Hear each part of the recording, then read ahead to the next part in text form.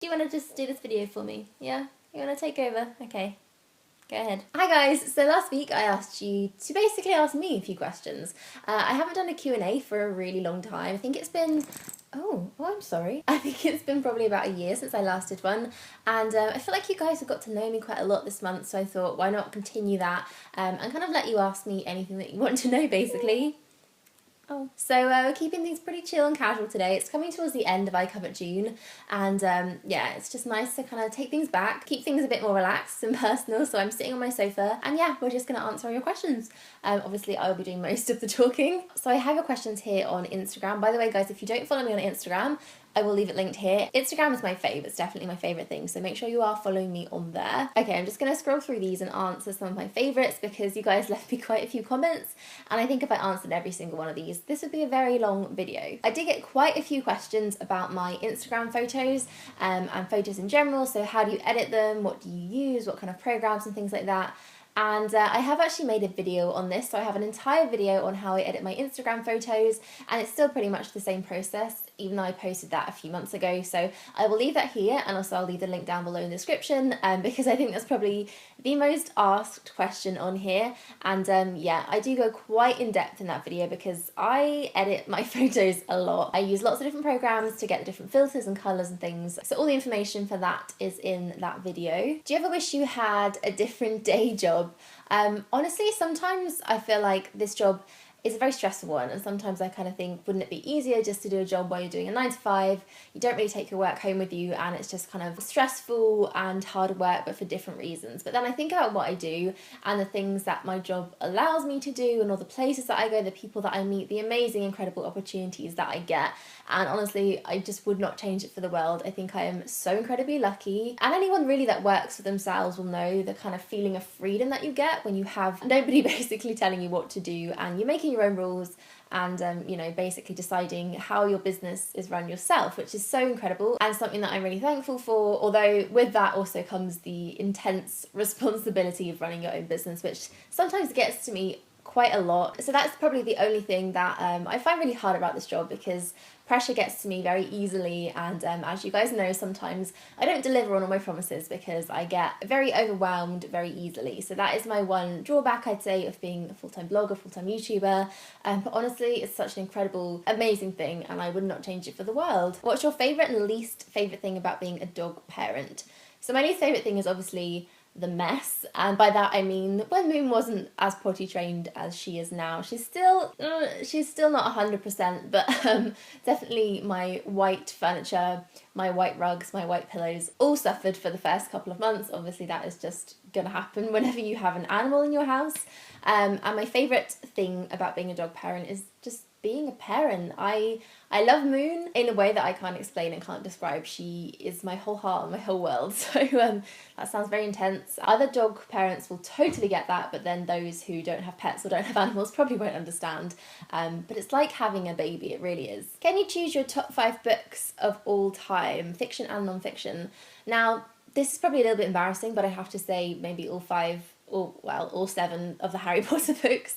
Harry Potter was such an important part of my childhood, and I've read those books cover to cover a million times, so they have to be up there. Maybe I'll just put them together as a whole, so Harry Potter. Also, one of my favourite books ever is a book called Captain Corelli's Mandolin, and these were all ones that I read when I was a lot younger, so I feel like they kind of impacted my life and my childhood quite a bit. What else? I always get put on the spot like this, and there are things that I completely forget. I'm a big Jane Austen fan, so Pride and Prejudice, Persuasion, Sense and Sensibility, they're some of my favourite books. I've gone way past 5 now, and there are more. There are so many more, but I can't think right now. If I remember, I will put them down below in the description. What is the weirdest thing about doing YouTube? There are quite a few weird things that come with being a YouTuber, I'd say. Probably having to explain what you do is a pretty hard one. For people that don't know what YouTube is and the whole kind of internet, they're not very familiar with that side of the world, then it's kind of hard to explain that you sit down and record yourself talking about makeup and beauty products for a living. It's definitely a weird one, and I've had some weird looks and some weird questions when doing so, but I guess the weirdest part of actually doing YouTube is probably, again, just sitting and talking to millions of people, or in my case, thousands of people, not quite millions yet, and them not actually being there. It's weird, but it's very cool. Another pretty frequently asked question is, what studies did you do? Did you go to university? That kind of thing. And I've talked about this a lot before in the past, but I didn't go to university, and I'm kind of one of those people that isn't really ashamed of admitting that. And also, I don't think there is anything to be ashamed of if you didn't go, if you did go.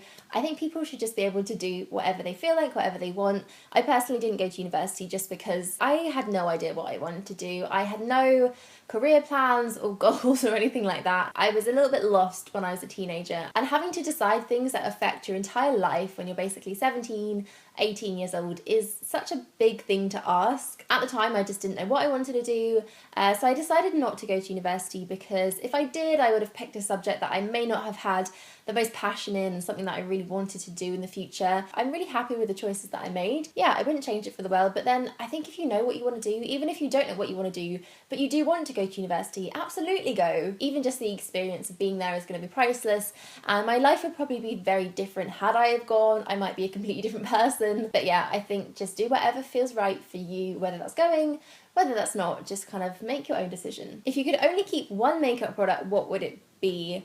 I cannot answer this question very easily. I can't pick two, it has to be one thing. I think it would probably have to be the NARS. No, I take it back. I think it would probably be the Rimmel Match Perfection Concealer, because concealer is my number one. If I'm running out the door and I need to put one thing on, it will be concealer, because of my dark circles. I was born with these and they will never leave my face, so concealer. Although I kind of feel like maybe if I could only ever wear one product again, it might actually be a red lipstick, because red lipstick and dark circles is a great look. Actually, I think red lipstick would be my choice, and I guess that would be the NARS Red Square Lip Pencil. There's a lot of questions about Moon, in particular what kind of dog is Moon. Are you going to answer these questions or should I? So Moon is a Chihuahua. She is a long-haired Chihuahua, although we're starting to think that she might have a tiny little bit of papillon in her, because I don't know if you can see how large this little dog's ears are. So if you guys have a Chihuahua with ears this big, please let us know, because we do wonder a little bit. And also, she doesn't really bark at all. She's not yippy, she's not barky, unless she's left alone and she just wants to cuddle. So yeah, we're pretty sure she is a Chihuahua, but she has a few more traits that may be closer to a Papillon. She's very different to any other Chihuahuas we've met or we know personally, or ones that she's met in the street. But I love her either way. She is my perfect little angel. What is happiness to you? This is a really good question. I think happiness to me is home, and everything that comes with that. So home and family. I think family is so important. For me, family will always come first. So just being surrounded by my family and my friends and people that I love is the ultimate thing. That is just happiness to me. That is my happy place. If you could only watch one YouTube channel, just one, what would it be? Guys, hello October, obviously. Where do you get your hair done these days? I get my hair done by Josh at Rush Hair in Southampton. Josh is the best. He's the only person that I trust to touch my hair.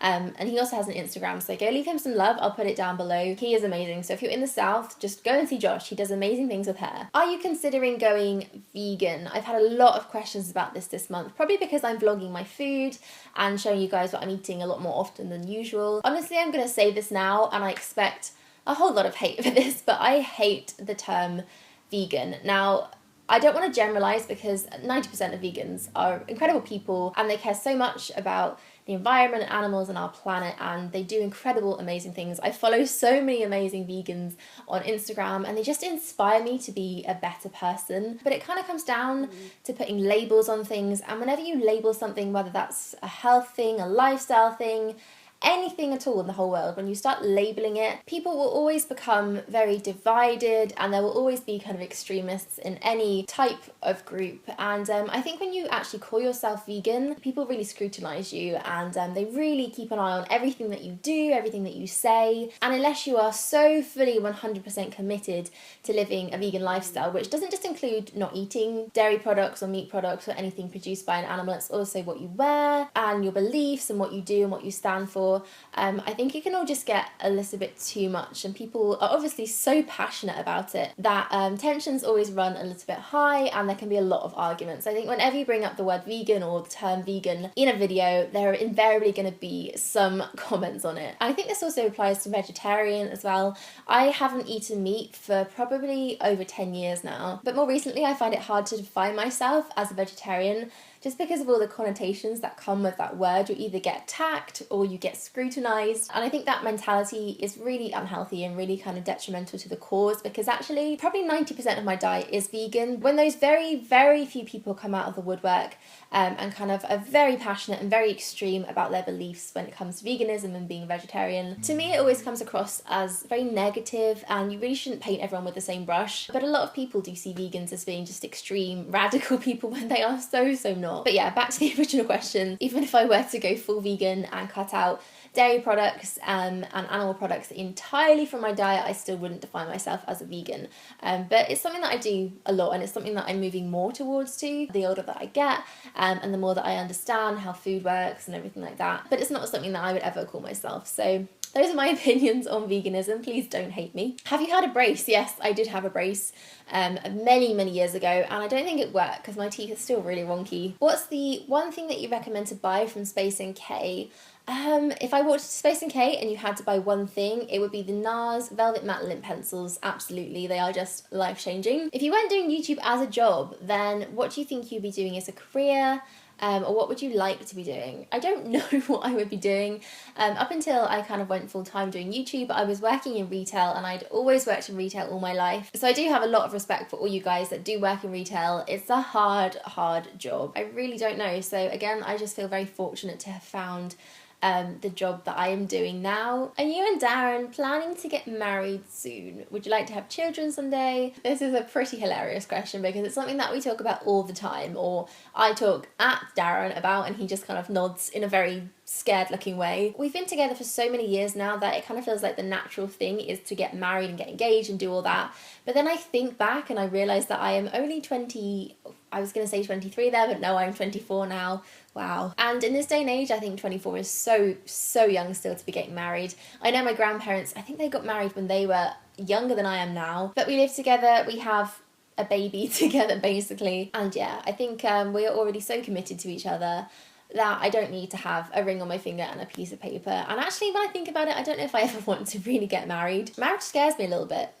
I'm not sure why. That's probably a bad thing. Has anything ever been said to you through social media that really stuck with you or made you think, wow, that's really got to me, when normally what they said wouldn't have caused a second thought? I think probably the one thing that, no matter what people say, and no matter that it shouldn't really have an effect, that really probably hurts people the most is when people judge you on your appearance. It can be very harmful because you don't know what's happened in that person's life, you don't know how they are about that particular subject, if it's something that really affects them or if it can be quite triggering for them. Personally for me, I just don't really care. I get a lot of comments saying, oh, have you put on weight? You look pretty massive in that picture. Why are you eating so much food?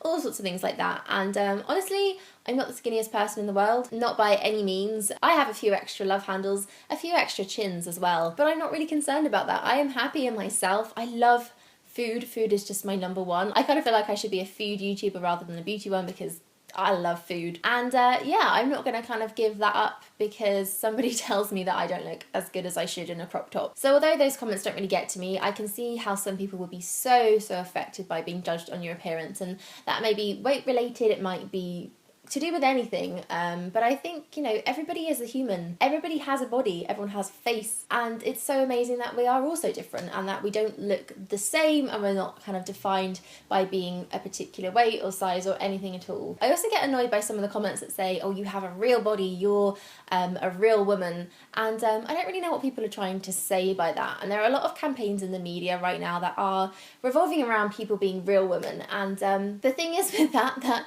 everybody is a real woman. From size 00 to wherever. These are all real humans. These are all real people. So weight shaming and also skinny shaming really annoy me because I'm not a skinny person, so nobody is skinny shaming me. But anybody, no matter what size, what shape they are all real people.